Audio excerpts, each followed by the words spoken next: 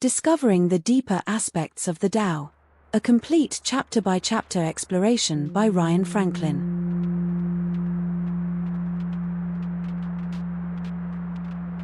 The Tao Te Ching teaches that the way which can be fixed into a single path is not the eternal way. Use no way as way. We took that teaching seriously.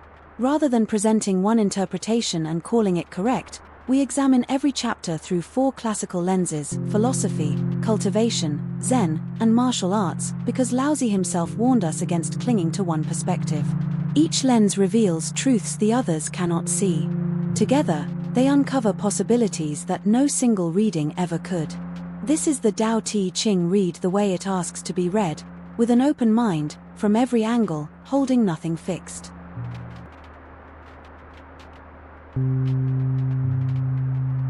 Wang Bi, the brilliant young philosopher of the 3rd century, reads each verse as revealing the deep structure of reality.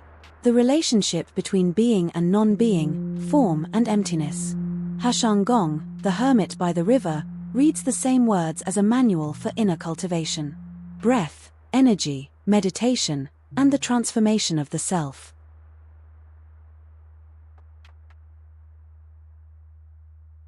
Chan Buddhism was born from the meeting of Indian meditation and Taoist insight. Its founders studied the Tao Te Ching deeply, and recognized in it the same truths they had discovered through sitting. Chan strips away commentary to ask, what is this verse pointing to, right now, before you think about it? The internal martial arts, Tai Chi, Bagua, Xingyi, are the Tao Te Ching made physical. They were created by Taoist practitioners who took Laozi's words literally. The soft overcomes the hard, the yielding overcomes the forceful. Every verse is read through the body. Neither Chan nor martial arts is foreign to this text. They are what happens when different traditions take the Tao seriously and follow where it leads.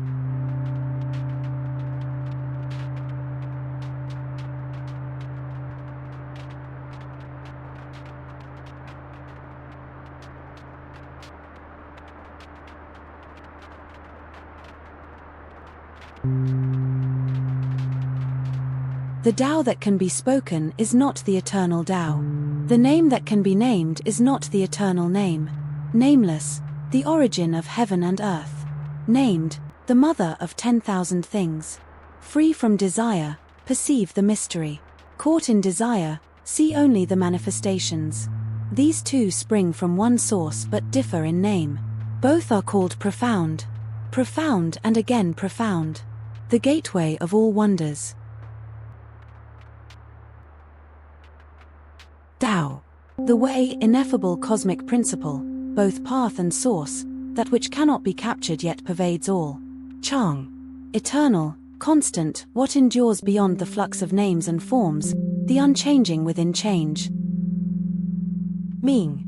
Name, the human act of categorizing reality, useful but inevitably partial, the net that cannot catch water. Wu. Non-being, not mere emptiness but pregnant void, the womb from which all phenomena emerge. Wang Bi, philosophical. This is not a temporal sequence but an ontological relationship. The named always depends on the nameless, as form depends on emptiness. The sage perceives this dependency and therefore dwells in the uncarved simplicity beneath all categories, acting in accordance with naturalness rather than imposed patterns. Mystery within mystery is not mystification but the recognition that reality operates through depths within depths, each revelation opening onto further mystery.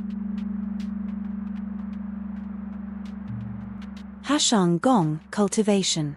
The nameless is the origin of heaven and earth, points to our original nature before the mind divided the world into categories. In meditation, we return to this state, not by forcing blankness but by allowing the natural settling that occurs when we cease agitating the waters of consciousness.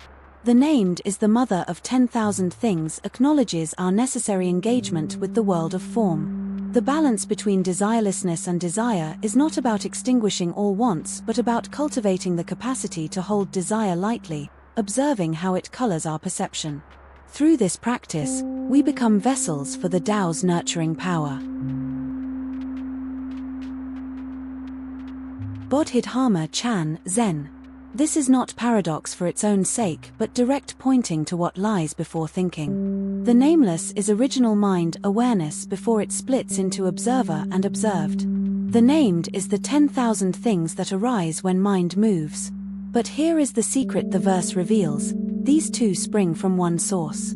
Subject and object, silence and speech, emptiness and form are not two. Chan practice is not about choosing the nameless over the named but about realizing their fundamental non-duality. Mystery within mystery is not a distant mystery but this very moment, seen clearly. Internal martial arts. Every martial tradition knows the distance between the technique that can be named and the art that cannot. The kata, the form, the drill, the combination, these can be taught and practiced. The single whip in Tai Chi Chuan, the hip throw in judo, the double leg in wrestling, all can be named and drilled. But what makes a fighter alive in the moment cannot be transmitted through instruction alone. It emerges only when the practitioner stops performing technique and begins responding from something deeper. The nameless is the origin of heaven and earth is the state before the fight, stillness from which any response can emerge.